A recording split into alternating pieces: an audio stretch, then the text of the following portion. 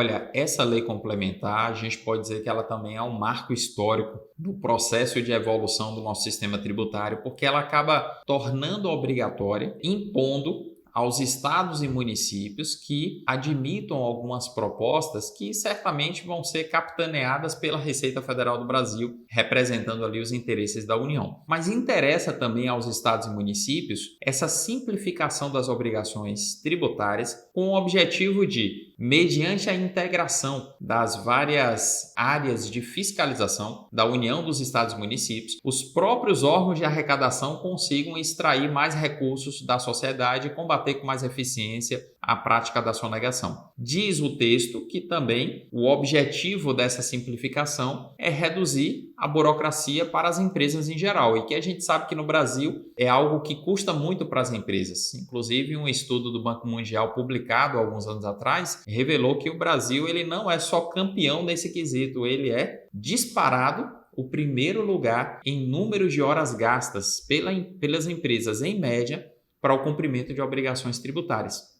O que isso revela? Que a Lei Complementar 199 ela vem para contribuir com o processo de simplificação e para tirar o Brasil do topo desse ranking tão infeliz. O que a gente precisa ver é se a efetivação disso, a implementação daquilo que está sendo projetado pelos órgãos de fiscalização, vai de fato trazer redução na burocracia para as empresas ou só vai trazer facilidade de arrecadação por parte dos órgãos fazendários. Olha, esse é o principal ponto para mim, Alexandre, dessa mudança. A gente sabe, obviamente, que tudo isso não é simplesmente uma ideia de ajudar os contribuintes. Vamos agora simplificar a vida do contribuinte. É óbvio que não. Por trás de tudo isso existe ali um desejo, um interesse de arrecadar mais e melhorar a fiscalização. Se essa melhoria de fiscalização e arrecadação repercutir, inclusive, na melhoria da vida do contribuinte, vai ser muito bem-vindo, que é o que nos parece.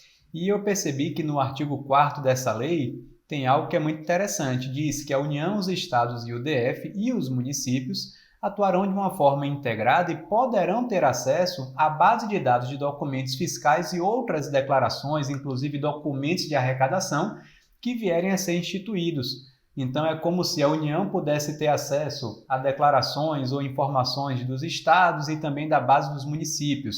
Esse, inclusive, é um dos objetivos com a nota fiscal de serviço eletrônica padrão nacional. É a União ter acesso ao que os contribuintes estão emitindo de nota fiscal. E junto com esse artigo ele complementa que o Conselho Nacional de Simplificação dessas obrigações acessórias que será criado, ele tem como um dos objetivos a automatização de escriturações fiscais. E eles dizem com a intervenção mínima do contribuinte. Se a gente parar para pensar, algo parecido com isso aconteceu recentemente com a declaração do imposto de renda, com a declaração pré-preenchida. Ele pega os dados, preenche a sua intervenção em mínimo naquilo que você entender que precisa de ajuste. Me parece que aqui a ideia vai ser a mesma, porque se União, estados e municípios têm esse acesso integrado a todas as informações, tem campos realmente dessas obrigações que no projeto SPED, Alexandre, eram altamente manuais e offline, ou seja, se eu começasse a fazer a transmissão de uma determinada obrigação, você não teria acesso. Então, isso dificultava muito, e isso sendo automatizado, vamos pensar, valor bruto ou receita bruta no mês daquela empresa, a empresa não vai ter mais, talvez, a liberdade de colocar o que ela bem entender. Talvez aquilo já venha porque a União, tendo acesso ao faturamento através das notas, aquilo já venha preenchido automaticamente. Para a União é ótimo, porque ela vai ter a convicção de que o que está ali condiz com os documentos fiscais que acobertam a operação.